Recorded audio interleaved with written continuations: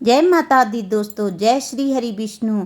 आज के इस वीडियो में हम बात करेंगे कि इस वर्ष 2026 में माघ मास के कृष्ण पक्ष की षष्ठीला एकादशी कब है, माघ कृष्ण पक्ष की एकादशी कब की जाएगी, एकादशी तिथि कब से कब तक की है, पारण का शुभ समय कब है, माघ कृष्ण पक्ष एकादशी की शुभ तिथि, नियम विधि, व्रत और महात्म्य क्या है, एकादशी के दिन ऐसा कौन सा कार्य करे कि समस्त पाप नष्ट हो जाए, आदि संपूर्ण जानकारियाँ आपको हम इस विषय में देने की कोशिश करूँगी।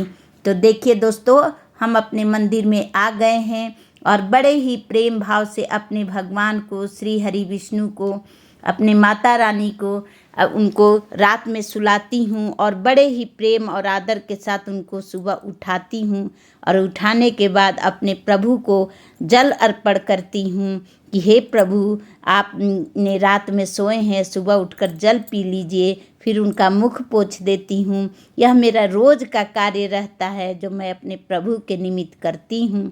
तो दोस्तों, भगवान से जुड़े रहना है, प्रभु के में अपना हृदय लगाए रखना है, उनके नाम का जाप करते रहना है। रोज़ रात में भगवान को सुलाती हूँ और सुबह उठा करके उनके बिस्तर को हटाती हूँ और अपने घर को। आज हम षष्ठीला एकादशी की बात करेंगे। तो षष्ठीला एकादशी के दिन सुबह उठ करके अपने भगवान को उठाने के बाद अपने मंदिर की साफ़ सफाई करें, अपने घर की साफ़ सफाई करें और इन कार्यों से निवृत्त होकर के अपने मंदिर में आएँ।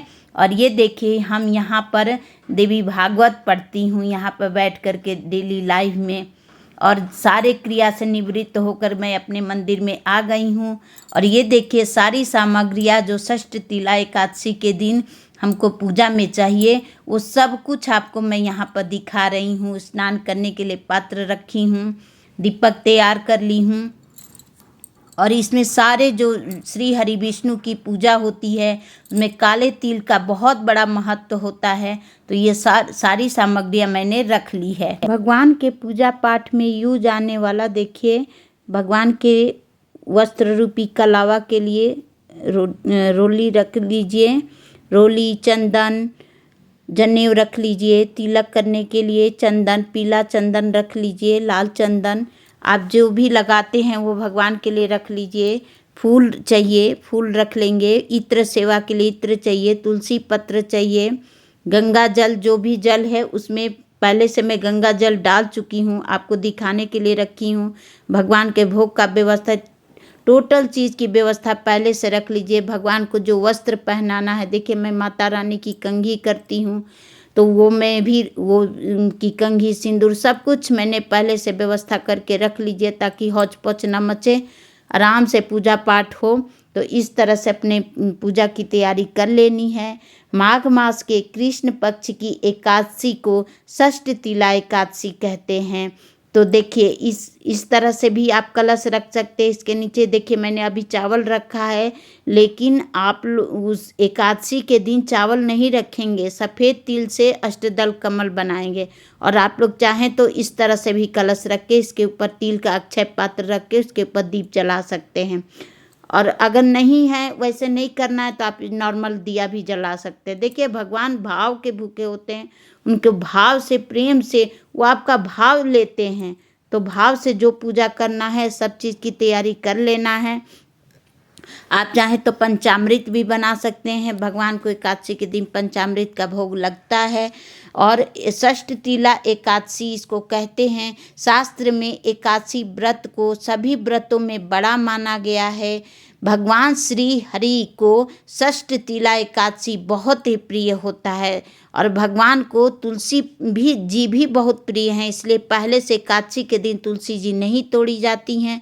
तो आप पहले से ही, एक दिन पहले ही तुलसी पत्र ज़रूर तोड़ करके भगवान के भोग के लिए, भगवान को चढ़ाने के लिए ज़रूर तोड़ के रख लीजिए। और इस तरह देखिए भगवान को मैं स्नान वगैरह करा के उनको वस्त्र पहना दी हूँ। फिर भी मैं वस्त्र रूपी कलावा आप भगवान को अर्पण करें, भगवान को उपवस्त्र अर्पण करें। और इस तरह से भगवान की पूजा पाठ हम लोगों को करना है। एकादशी का जो व्रत होता है वो समस्त पापों को नष्ट करने वाला, क्षय करने वाला होता है।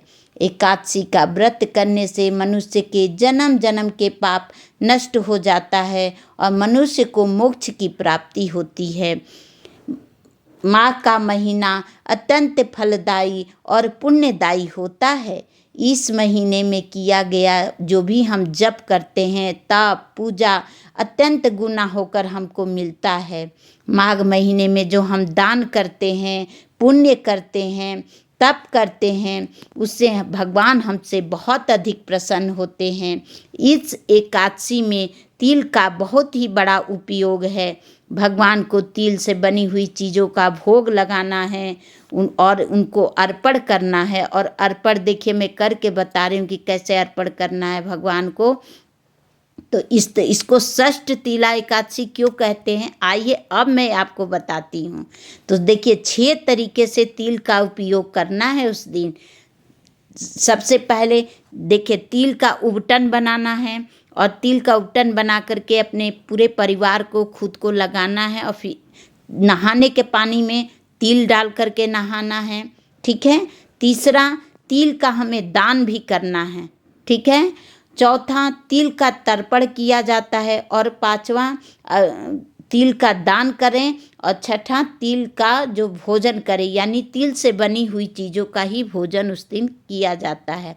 अपने भोजन में थोड़ा सा तिल डाल दीजिए, सफ़ेद तिल, काला तिल, टोटली आपके ऊपर है।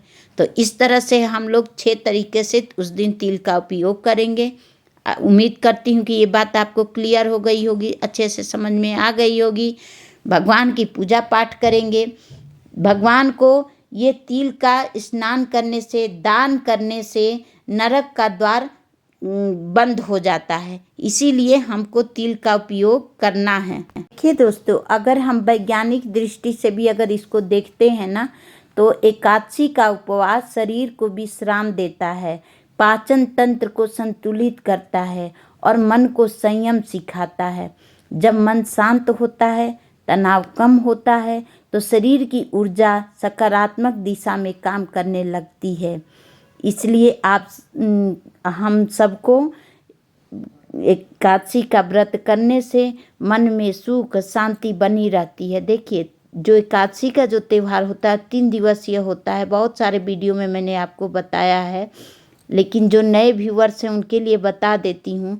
10वीं तिथि से ही इस व्रत का पालन शुरू हो जाता है। उस दिन चावल नहीं खाते हैं, बाल वगैरह धो करके जो नॉनवेज खाते हैं वो पहले से ही बंद कर देना चाहिए और लहसुन प्याज का भी त्याग कर देना चाहिए। 10वीं तिथि से ही एक टाइम का ही भोजन बताया गया है इसमें, और एक टाइम का भोजन करके एकादशी के दिन सुबह उठ करके भगवान को कि अपने व्रत का संकल्प ले, पूजा पाठ करे और हाथ में फूल, अक्षत और जल डाल करके अपने व्रत का संकल्प करे कि हे प्रभु, हम आपके इस व्रत को कर आपकी कृपा की पात्र में बनी रहूं।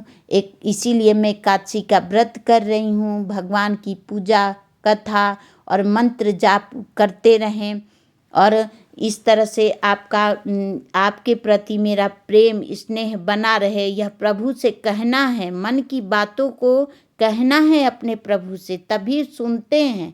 अगर कोई बच्चा रोएगा नहीं तो माँ भी अपने बच्चे को दूध नहीं पिलाती है।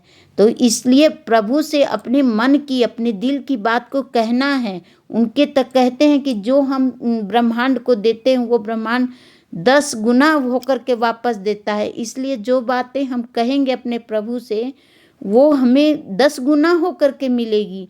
तो उनको कहना है कि हे प्रभु, मेरा चित्त, मेरा मन सदा आपके में ध्यान में लगा रहे। ओम नमो भगवते वासुदेवाय मंत्र का जाप करें, गीता का पाठ करें और विष्णु सहस्त्र नाम का पाठ करें। और देखिए जैसा शरीर सामर्थ्य रहे ना, जैसा शरीर साथ दे, वैसा ही हमको वैसे ही व्रत करना चाहिए। किसी के लिए मन में कोई ईर्ष्या ना हो, द्वेष ना हो।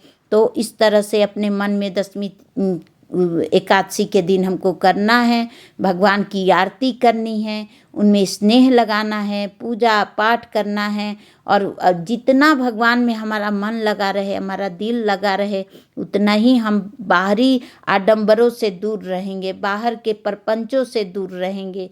अपना जो भी घर का काम काज करने के बाद ना हम लोगों का ध्यान भगवान में रहे। काम तो हम करते रहें लेकिन हमारा ध्यान भगवान के चित्त में लगा रहे। जो हम गुरुमुख हुए हैं, जो हमें मंत्र मिला है, उसका जाप करते रहें। जब आरती हो जाए, देखिए नीचे तिल रख करके उसके ऊपर कपूर रख के जलाना है। कहा जाता है कि जितना तिल चटकेगा उतना ही हमारे जो रोग दुख का नाश होता है। इसलिए ये एक उपाय है, एकादशी के दिन तिल रख करके उसके ऊपर से कपूर रख के वो चटकाना है उसको, ठीक है। तो इस बात का आप लोग ध्यान रखिएगा। पानी का आचमनी देने के बाद पूरे घर में अपने आरती को घुमा दे। इससे नकारात्मक ऊर्जा घर की समाप्त हो जाती है, घर में सकारात्मक ऊर्जा का प्रवाह होता है।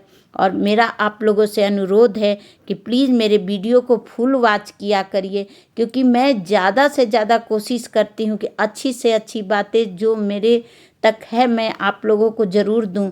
तो प्लीज़ मेरे वीडियो को फुल वॉच किया करिए और इसी तरह से भगवान में ध्यान लगाइए।